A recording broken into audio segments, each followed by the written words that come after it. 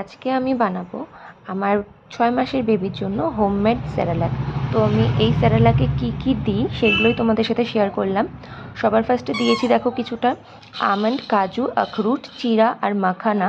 আর এখানে মুগ আর মসুর ডাল ধুয়ে ভালো করে শুকোতে দিয়েছি। আমি চালটাও ধুয়ে শুকোতে দিয়েছি, সেটা আমার ভিডিও নেওয়া হয়নি। তো এই সবগুলো উপকরণ আমি একসাথে নিয়ে নিয়েছি, দেখতেই পাচ্ছ। সাথে মুড়িও দিয়েছি কিছুটা। তো এই সবগুলোকে এখন আমি হালকা করে কড়াইতে ভেজে নেব।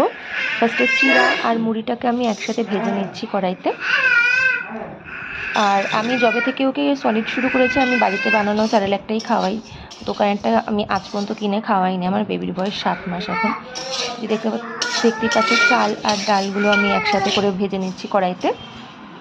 আর এবার ভাজবো আমি আমন্ড, কাজু আর আখরোটটাকে একসাথে ভেজে নিলাম কড়াইতে। আর লাস্টে ভাজছি মাখানাটাকে। এগুলো সবগুলোকে কড়াইতে হালকা ব্রাউন করে অ্যাকচুয়ালি ভেজে নিয়েছি। এবার এগুলোকে মিক্সিতে গ্রাইন্ড করার সময় তো আমি এগুলোকে আলাদা আলাদা করে গ্রাইন্ড করে নিয়েছি। দেখতে পাচ্ছি চিরা, মুড়ি আর মাখানাটাকে আমি আগে গ্রাইন্ড করেছি, আর চাল আর ডালটাও ছিল সাথে। আর এখানে আমি ড্রাই ফ্রুটসগুলোকে একসাথে গ্রাইন্ড করে নিয়েছি। আর সবগুলো গ্রাইন্ড করার পরে এই যে আমার এক থালা হয়ে গেছে গ্রাইন্ড করার পরে, দেখতেই পাচ্ছ। তো চলো এবার এটাকে আমি ওকে খাওয়াবো। টাটা।